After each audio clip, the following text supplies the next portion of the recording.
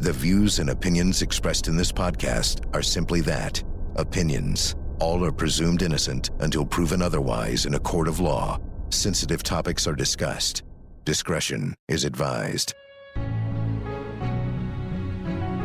Welcome to the Court TV podcast. I'm your host, Vinny Politan, back with another podcast edition of the Court TV original production, Someone They Knew, with Tamron Hall. This week's episode is entitled Home Alone, and it chronicles the mystery surrounding the death of Ramona Krotine, whose body was found in the trunk of her car after a night out drinking with friends. Given the fact she seemingly was out late and driving home alone, and also that she had a large amount of cash on her at the time, it was natural for the police to assume she had been killed by a robber.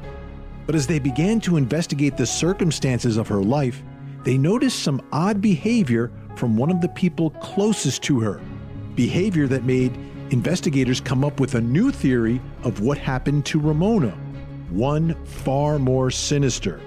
Here, featuring interviews with Cleveland, Ohio journalist James Renner, private investigator Chris Giannani, attorney Lester Potash, and forensic analyst Melissa Fernandez, is Someone They Knew with Tamron Hall, Home Alone.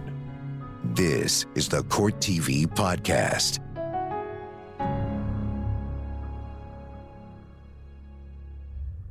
Walked around to the back of the car, then I found her. My sister laying there. She was curled up. At first, Ramona's murder looks like a burglary gone wrong. We know the gunshot occurred in the vehicle.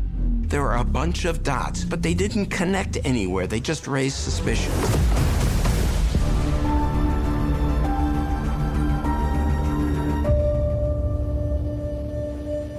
The murder of Ramona Krotine was so notorious that one local journalist dubbed it the O.J. Simpson case of Northeast Ohio.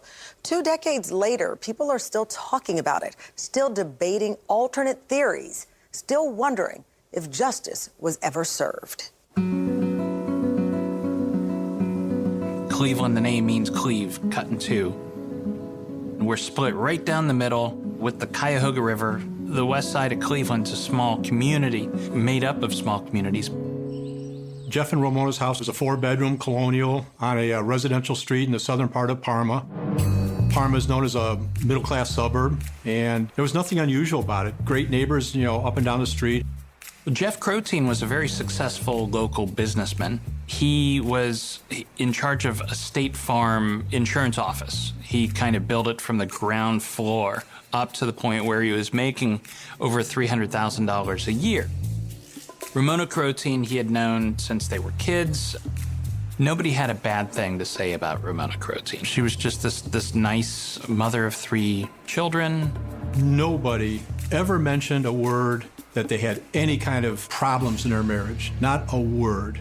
No arguments, no domestics, no calls to the house by the police, nothing. Ramona worked at the IX Center, which was this big convention center near the airport. Every year, the IX puts on a sportsman show. It lasts almost 2 weeks. It's one of the biggest shows that comes into Cleveland.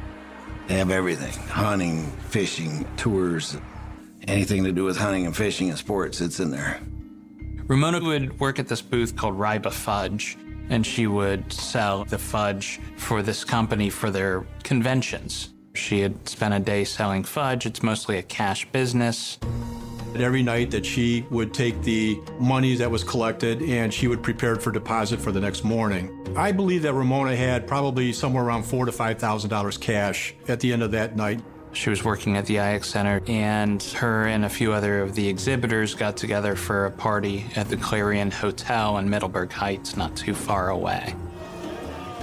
She had that money when she went to the party. It was in her car. A lot of people knew that most of these exhibitors would take their cash because they didn't have time to go to the bank after the show. A lot of people remember seeing Ramona at the party. She had a lot of friends. When it's business time, it's business, but then later, she would dance all the time. And she laughed all the time. She's a very pleasant person to be around. People loved her. Ramona Krotine was seen dancing and partying till about 2:30 a.m. Well, it was closing time. They quit serving the alcohol. We hugged and, said goodbye, see you next time, next year. And she walked out to the parking lot. And that's the last I seen her. One of Jeff and Ramona's children, their daughter Jennifer, woke up that morning and found her father in the kitchen making breakfast. And he seemed to be annoyed that Ramona had not come home the night before. Jeff felt that Ramona may have stayed at a girlfriend's, I'm not saying that she may have drunk too much or may have partied too hard or whatever, but it was not a concern at that time because there was no reason for him to be concerned. But then as time went on and nobody heard from her, then her children started becoming more and more concerned. So Greg, Ramona's brother, he can't find his sister. He's got a bad feeling about this, and he goes in search of his sister and starts driving around. Greg finds Ramona's car in the parking lot at a rapid station. That's our mass transit. So what I did was I pulled up in my van next to the car on the right-hand side to take a look in the car. Maybe I could recognize something. I get out of my truck and I take a look at the car. I knew it had to be her car. I went to the back of the van, dug into my plumbing box, and got a pipe wrench. I had to swing the pipe wrench 4 or 5 times to get the window to break. Well, it went flying into the car. I reached down and grabbed all the levers by the driver's side, pulled them up to see if maybe my sister was tied up in the trunk. Walked around to the back of the car, then I found her. My sister laying there. She was curled up. Then I felt her to make sure she wasn't warm. She was very, very cold. When I arrived at the scene, other officers were starting to string a yellow tape line. I observed the body of a female in the trunk of the car. As we looked around the car, I looked down and I saw there was a spot of blood under the rear passenger seat. I walked over to the front of the car and we just felt the grill for any heat or anything like that. See if the car had been there long and see if there was any indication that it had just arrived there. There was no heat coming from the front. I spoke with the county coroner's office and we advised that do not touch the body, move it or anything like that, that we would flatbed the car there with the body in it. It was placed inside in the bay at the coroner's office.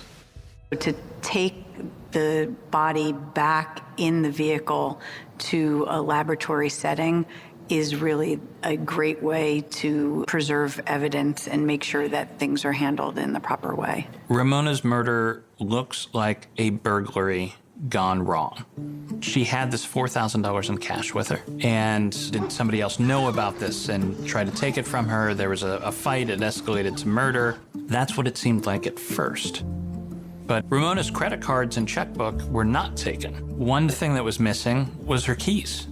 If this was a robbery, who would take the time to take the keys after they ditched the car? That's just a piece of evidence that's going to tie you to the crime scene. On Ramona Krotine's body, the medical examiner reported that she had 7 lacerations to the left side of her head. There was an entrance wound on her neck from a bullet, and the exit was above the left ear towards the back of her head. The medical examiner said that either would be the cause of death. She had blunt force trauma to her head, and then she was subsequently shot. So although Ramona Krotine was found in her trunk, the trajectory of the bullet went into the passenger rear seat and was located underneath the padding. And you would have to then match that defect in the seat with the trajectory within Ramona Krotine's head. I did not see any evidence in the photographs that blunt force trauma happened within the vehicle. Then you move backwards and say, well, where did that begin?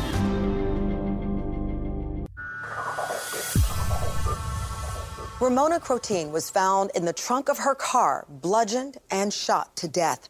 Police were investigating the possibility of a robbery gone wrong, but they also had to look at the people close to Ramona, including her husband, Jeff. They interviewed him less than 3 hours after the body was found at 2 a.m. The evaluation will always start with the persons who have the most immediate contact with the victim and those who have the most emotional interaction with the victim. And so you have to include them as a possible suspect until you have sufficient evidence to exclude them. Now let's get this done. I want to go home. That first interview, it's just sadness. Sadness like, oh, woe is me. Sadness for Jeff. When did you start noticing that My daughter called. something was not right? Oh, I woke up and she wasn't there. On Friday? Yes, About what time did you wake up? about 6:30. And then what? Jen woke up. I told her that her mom didn't come home yet, and to call me when she gets home. About what time was this when you left? About 10, somewhere between 10 and 10:30. He's not asking questions about his wife. He's not asking what happened. He's not asking how we get to who killed her. Jen said she still didn't hear from Mom. Jeff was somewhat of a stoic individual. He was not one to express a great deal of emotion. That doesn't mean he wasn't concerned or that it didn't affect him. Is your cell phone? Yes. I don't know. No, I don't know. No, she didn't have one. She doesn't have. No. She didn't like them. He needed to be in complete control of any conversation he was in. So he was controlling the interview as much as he could. How did you get home? 5:30 to 6 o'clock. What were you thinking like this time? I was hoping that she would walk in the door so I could yell at her. I believe he was not concerned about her welfare or her whereabouts. He was more of offended by the fact that she chose to stay out all night. You need a bag? No. We'll get a bag though. If you point in direct, I can find it. Okay.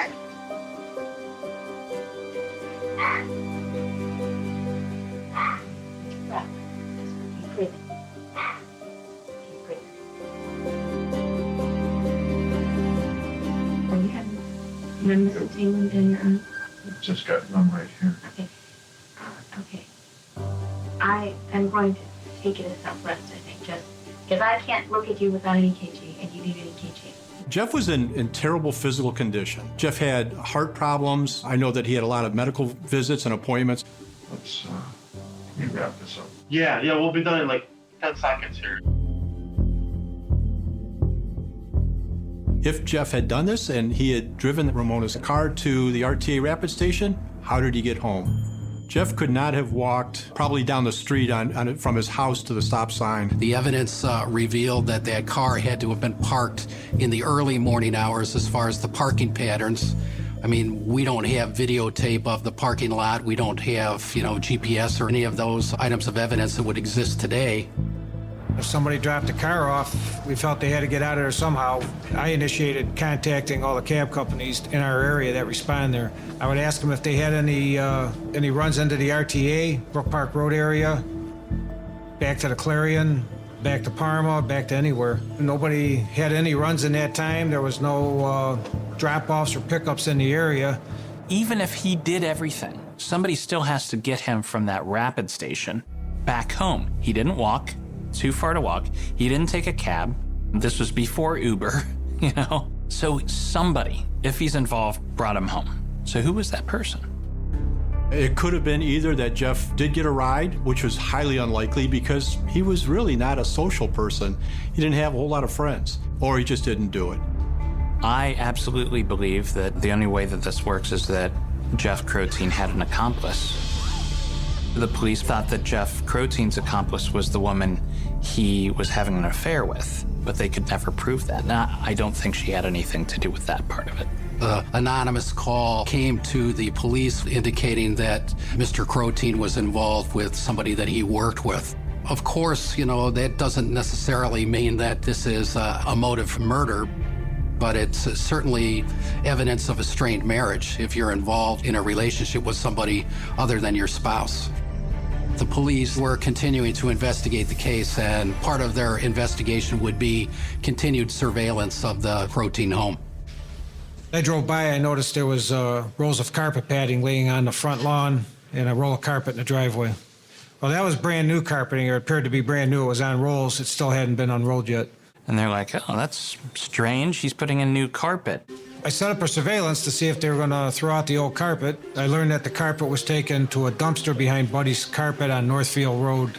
When I opened the dumpster, there was a carpet inside. The carpet was recovered, and I took it to BCI to look for any type of evidence on the carpet. He went over with some lighting equipment, and he found 4 spots. He field tested these spots for human blood, and he told me they were positive. On the carpet is some blood from Ramona Krotine.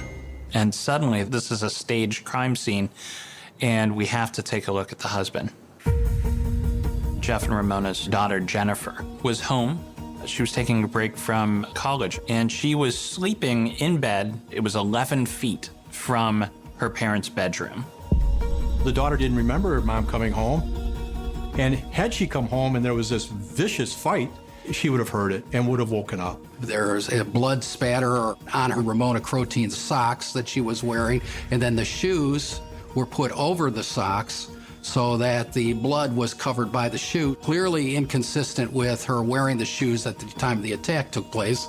And then you have to ask yourself, well, why would anybody go to the trouble of, after killing Ramona Krotine, go and put tennis shoes on her? Using that type of reason and common sense in evaluating the evidence and looking at the sequence of how death came to Ramona Krotine, I believe all shows that this took place in her bedroom. What are you doing ripping out carpet after your wife was murdered? The headboard to the bedroom set had been removed by burning it in the fireplace. Why a grieving husband would go through this process. Follow Court TV live over the air, uninterrupted. If you're watching television with an antenna, just rescan your channels now to add Court TV. And go to CourtTV.com to see the exact channel position and more ways to watch Court TV in your area. 2 months after the murder of Ramona Krotine, police obtained a search warrant for the home she shared with her husband, Jeff. What investigators discovered convinced them they had the right suspect, but at the same time, it also made it challenging to prove their case in court. There had been a lot of alterations to the bedroom. What they found in the bedroom was that it had been redecorated, repainted, that the carpet had been changed out. Basically gave some concern as to why a grieving husband would go through this process following the death of his wife to, remove everything that was in that one room. The police go to Jeffrey Krotine and they're like, hey, what are you doing ripping out carpet out of your bedroom after your wife was murdered? And he's like, oh, it was too sentimental. It was too connected to her, and I had to have a fresh start. So I painted the walls yellow. They also found that the headboard to the bedroom set had been removed, and then how he chose to dispose of the removal of the headboard by burning it in the fireplace. The burning of the headboard as some sort of suspicious act. I know that sometimes people grieve differently. I can't explain the headboard, but Jeff is just weird enough to be the type of guy who loses his wife and then just wants to reset. Even though it makes him look so guilty, he's still gonna do it because he doesn't care. He paid a pretty good sum of money for the cleaning services. Hire ServPro, the cleaning service, to go through the process of cleaning the entire house. Something will remain always. In this case, once the bedroom was processed, there were small areas of blood spatter that were located on the bedroom door. I believe that the blood spatter belonging to Ramona Krotine certainly indicates that there was a level of violence that was perpetrated in the room in order to produce those small particles of blood. It was a so what? It was a dot, nothing connected. If the door were closed to the bedroom when this assault took place, there would have been blood all over the place. If the door were open when the assault took place, there would have been blood in the hallway and elsewhere. None of that existed. All of the evidence within this case points to an event happening in the bedroom. There needing to be a reason to change the carpet, the paint, the destruction of the headboard. And then throughout the house, you see little pieces of blood evidence. So the sequence of events in Ramona Krotine's death certainly could be starting in the bedroom, moving to the garage, and then ending in the vehicle. The fact there was some trace blood in the kitchen doesn't necessarily mean that the fight took place in the bedroom and ran into the kitchen. Again, there would have been greater evidence of blood spatter all over the place, which there wasn't. The search of Jeff Krotine's office is the location of a firearm, a handgun, and that handgun is then subsequently tested with the bullet that was removed from Ramona Krotine's body. The scientific testing that was done on it, it appeared to be consistent, but it was not conclusive at that point in time as far as the science of ballistics, that we could not make a positive identification that in fact was the murder weapon. The experts said, yeah, it could have been fired from this gun. But when you asked him, could have been fired from any other gun, he listed a boatload of different guns that worked. The computer forensics revealed he was shopping for a mattress cover while his wife was missing. A very, very peculiar kind of conduct, especially since you think that he would be the leader of the search party out there looking high and low for his missing wife. They arrested Jeff about a year after the murder. I believe that what occurred that night was that Ramona Krotine came home, had been in the bedroom. I believe that an argument or some sort of conflict occurred between her and her husband that escalated into violence, blunt force trauma. I think he was angry about something, bashed her head against the bedboard, then took her out wrapped in sheets to the car, placed her in the back of the car, and at some point either in the garage or at the RTA station uses his weapon to shoot her. I believe that then Mr. Krotine took the body, put it into the trunk of her car, drove the car in the early morning hours over to the RTA station close to the airport, parked the car there, made his way back home, and then was there in the morning with an angry disposition concerning the whereabouts of his wife. There were a bunch of dots. The mattress cover, the affair, the claimed aloofness, going about his business, all of these other dots, but they didn't connect anywhere. They just raised suspicions. Our position relating to the events of that evening was that Ramona never came home, and she was most likely the victim of a robbery that went south.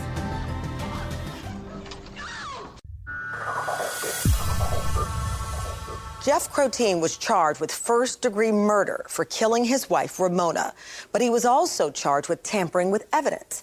A central question for the jury was whether Jeff Krotine's total remodeling of his bedroom was an extreme attempt to sanitize a bloody crime scene or just an eccentric man's strange way of grieving. One of the charges, over and above the charge of murder, is the charge of tampering with evidence. And you'll find, as I review the evidence, the defendant engages in a calculated destruction of a crime scene and a calculated destruction of evidence throughout the course of this investigation. Ladies and gentlemen, you're going to find that the defendant's actions speak the words guilty of murder. Thank you. People lose a loved one, they close the door of that room and they never go in it again. People lose a loved one and they take everything that person owns and say, I want it out of here. I don't want to deal with it. There's a lot of different ways that people deal with death. And Jeff Krotine's choice, the choice that he made, has got him indicted for murder. There are so many suspects, and the person that did this, the real person that did this, is still out there. And it's not that man. I have never been subject to a situation such as that, so I cannot say what the expected emotional response would be. Different people react differently to different news, and we just accepted it that this is how he took that unfortunate information. As the investigation continued, did there come a time where you went to the Krotine residence to meet with the family and Mr. Krotine? Yes, sir. March the 29th, which was a Saturday, 2003. Shortly after the news of Ramona's death, There were police persons. They were in and out of the house. And this is before any sort of supposed cleaning of the house occurred. Does there come a time that you go up to the defendant's bedroom with Jennifer Krotine? Yes. When you went up into the bedroom, did you make an examination of the jewelry box belonging to Ramona Krotine? I was standing near it. Jennifer had it open. While you're up there with Jennifer, does anything happen? I was upstairs with Jennifer probably about not even 7-8 minutes, and Jeff Krotine arrived upstairs in the bedroom. He just wanted to know what we were doing, and I explained that we were just looking around. I'm looking for anything that would help us with Mona. And what was his response? He stated that this was his and Mona's room and that I would have to leave. At no time did anybody from law enforcement notice spattered blood, stains somewhere. Jeff did a lot of things that would have brought suspicion on him. Things like calling a company to come in and clean the house. And ma'am, by whom are you employed? I used to work for Serpro. So you would go in as an employee of SurfPro to clean whatever premise that you were assigned to? Yeah. What kind of stains were you accustomed to removing? We had different chemicals for different stains. We had stuff for coffee. We had stuff for like pet urine or for blood stains. The cleaning service. Like water stains. I mean, they are specialized services that do everything from storm damages to crime scenes. So, that again raises questions. Let's turn our attention then to May of 2003. When you initially met this Mr. Krotine, did he take you to where you were supposed to clean? He said we were to start upstairs. Starting with the master bedroom, were you given specific instructions of what to clean in the master bedroom? We were supposed to do everything between the ceiling and the floor, and he kept saying how the doors weren't clean enough for him. And I used all the chemicals I had at the time to clean the doors, and the doors were clean. I couldn't get any cleaner than what I already did. I think you talked about he was complaining because he wanted the doors to shine. Yes, I did. You weren't real happy about that, right? No. Okay, all right. But as you're working on the door, you're looking at the door, right? And you've cleaned it several times and you viewed it. Just as you worked on the ceiling, just as you worked on the walls for several hours. I think up to 6 hours? Yes. Mm-hmm. And did you ever see any blood in that room? No, I did not. Did you ever see any tissue or fiber? No, I did not. And you were working really close in, weren't you? Yes, I was. Thank you. I think that the strategy was to focus more upon the science, highlight the blood spatter, to educate the jury on the science of blood spatter analysis. You have a DNA match, 3 specks of blood on the carpeting, garage wall, and also on the inside edge. And again, when you talked about the door before in the master bedroom, just to reiterate that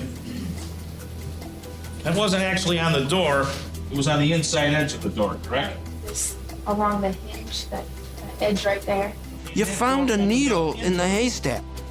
Okay, that doesn't necessarily mean anything. So those 5 specks, all those are matches for Mrs. Krotine. Yes. Okay. Other than that, in that house, you cannot say to a reasonable degree of medical certainty that there's any other matches, correct? No. Jennifer Krotine, would you ever betray that love for your mother by walking in this courtroom, sitting on that chair, and lying for your father? For more Court TV, watch it on cable, over the air, Roku, or go to CourtTV.com and stream live gavel-to-gavel coverage. Catch up on the big moments from our current cases and relive some of Court TV's most historic trials. Court TV, your front row seat to justice. Forensic science and DNA evidence were front and center in the trial of Jeff Krotine for the murder of his wife, Ramona. But the trial's emotional core came when 2 of his children testified. One of those children, Jennifer, was asleep in a room just 11 feet away from the master bedroom where the prosecution alleged Jeff Krotine brutally assaulted his wife. Okay, call your next witness. State called Jennifer Krotine. Describe for us your relationship with your father.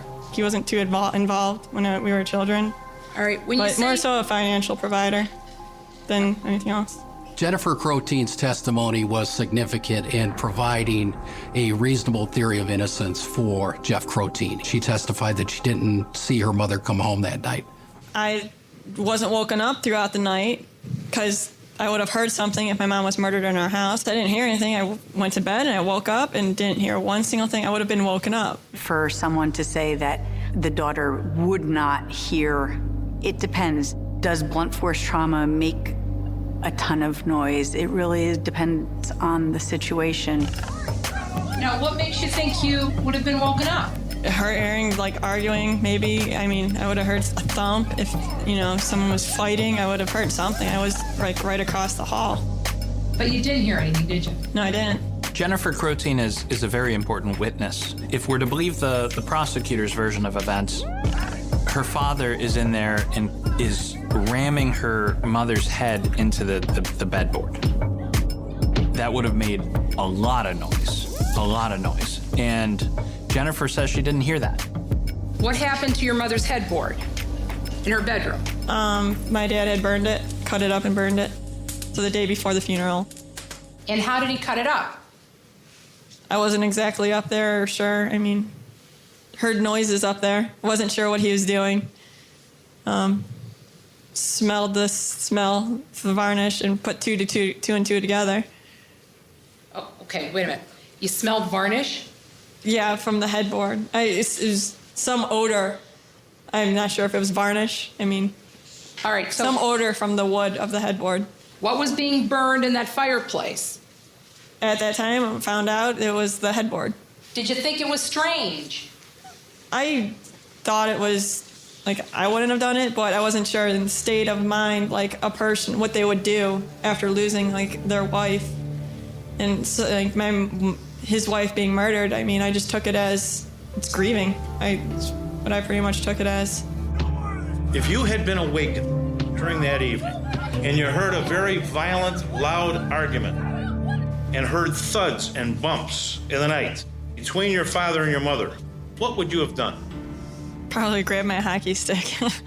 I would have went out there. I mean, if I heard it... You wouldn't have stayed in your room and cowered, would you? Oh, no. Now, during that day of March 21st, did you have occasion to go into the master bedroom of your mother and father? Yes. How soon after you got up did you go in there? Maybe an hour or two. And what did you do when you were in there? Did my sit-ups on their floor in front of... to watch TV. The next morning, Jennifer was in the area of the bedroom, I think, doing exercises. Had there been evidence of blood somewhere, it would have been observable to her. And on that morning, March 21st, 2003, you walked into your parents' master bedroom. Anything wet on your feet? No. Smell disinfectant? Strong, powerful aroma of detergent? No. How did you find out that your father, Jeff Krotine, had a relationship with another woman? Through Detective Robinson, he told me. Okay. What was your reaction when you heard that? I was angry. And quite honestly, Jennifer, I've noticed since you've been in this courtroom all day long, have you looked at him once? Yes, once or twice. What did you think when you looked at him? That's my dad over there. I mean... Any sense of love or affection for him that's overpowering you? I still love him as, my father, yes. But you can't respect him? No. Will you ever respect him for what he did? No. How much do you love your mother now? As much as I've always loved her. You can never stop loving your mother, correct? Never.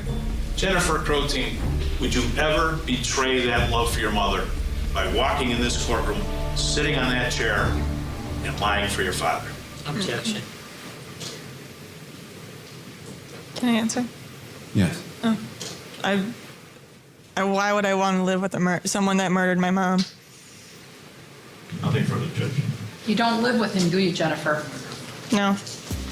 Looking at the children's testimony and recognizing that they were in a very, very difficult spot. I mean, they had lost their mother that all of them dearly loved. and their father was on trial for a murder. The friction that my brother, sister, and I have with my father is due to the affair that he had. We're very upset with that. Other than that, we support my father completely. From my view of it, they were not going to be the person that was going to come in and seal their father's fate by saying that their mother returned home that night. Ladies and gentlemen, there was an argument that ensued that caused this woman to get a tumor-like bump at the top of her head. I submit to you that in and of itself caused her to just keel over. Caught off guard, surprised, and then this defendant started beating on her. And he beat on her 7 times. It was 1, 2, 3, 4, 5, 6, 7. Realizing what he has done now, wraps her up in that comforter, takes her downstairs and puts her in the car. And ladies and gentlemen, I submit to you that this poor woman was still thrashing about. So what was left to do? He put a bullet in her, because that would be the only way he could finish her off. Now, what's the number one issue that the prosecution cannot and have not overcome? Jennifer Krotine is footsteps away from this beating and attempted homicide in the house.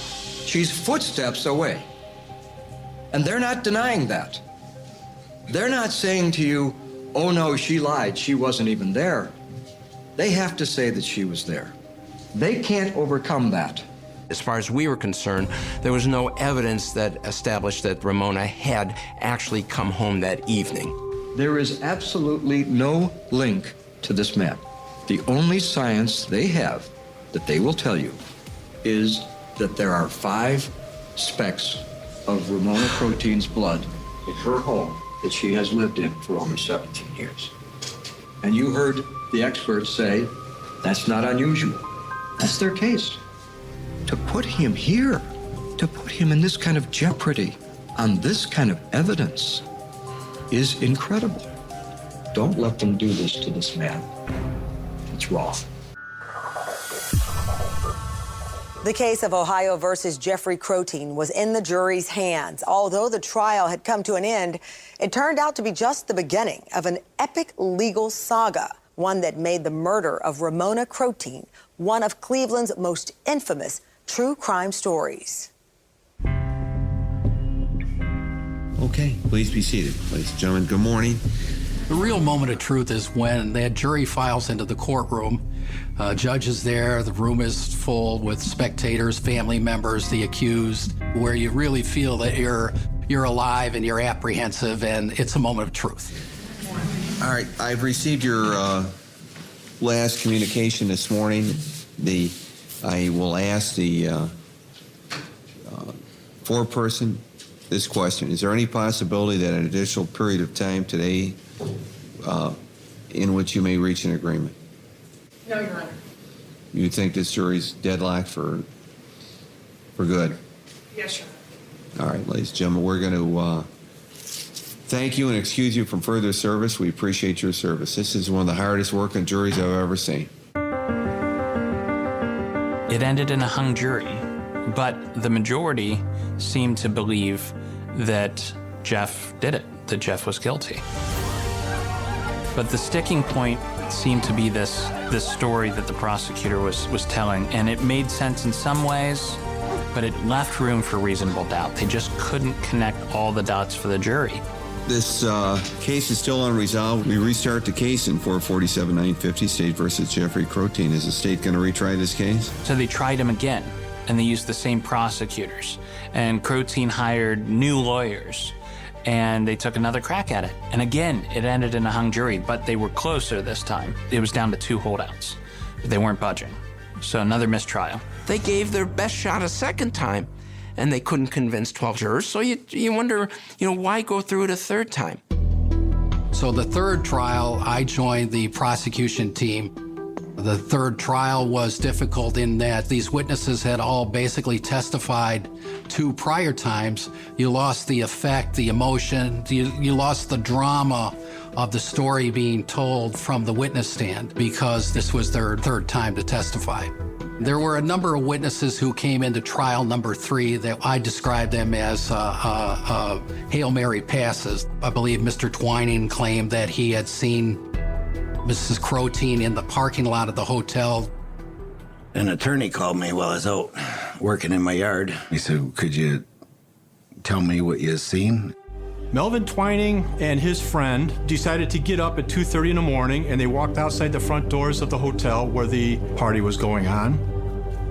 And when they walked outside that door, Melvin said that he saw something suspicious in a parking lot. I had seen a guy that looked like he was relieving himself up by the passenger side front tire of a Camry in the parking lot. Then I had thought for a brief second I saw 3 people, and then, no, just 2. And I thought it looked like somebody was struggling to get luggage into a car, into a back seat of the passenger side. It was like a struggle. And then I realized the guy was not relieving himself. He looked more like a lookout. It didn't seem right. And that late at night, why are they struggling with luggage in the car? Well, I didn't even know then the connection, but later that was the connection because that's what she drove, was a taupe Camry. Now, we didn't know that until the third trial. That was discovered through my investigation and locating witnesses. I think, just like Mel Twining said, was that 2 people accosted her in a parking lot.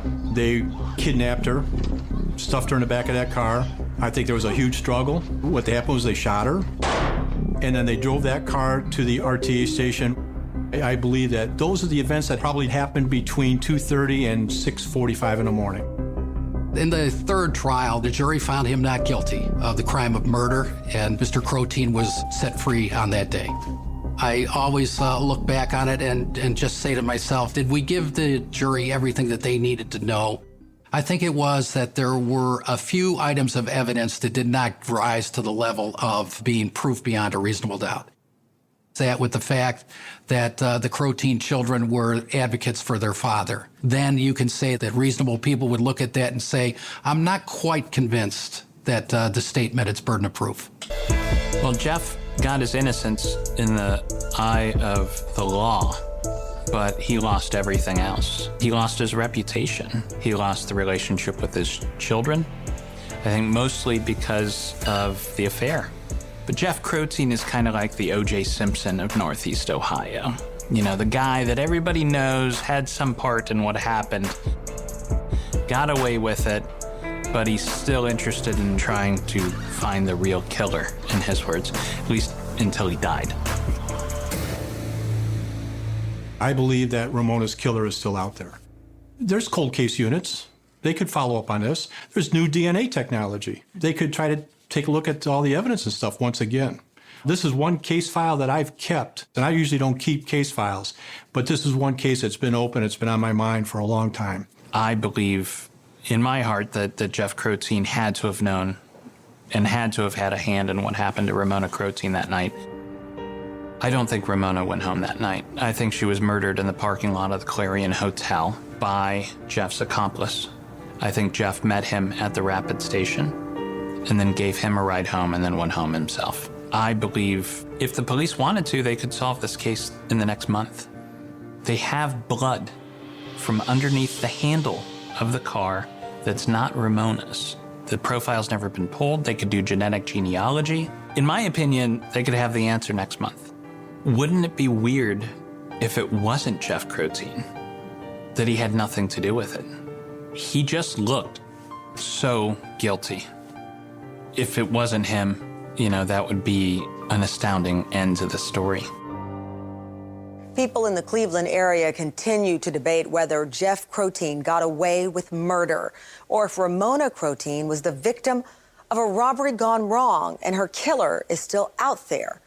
But there's one haunting aspect of this case that cannot be debated.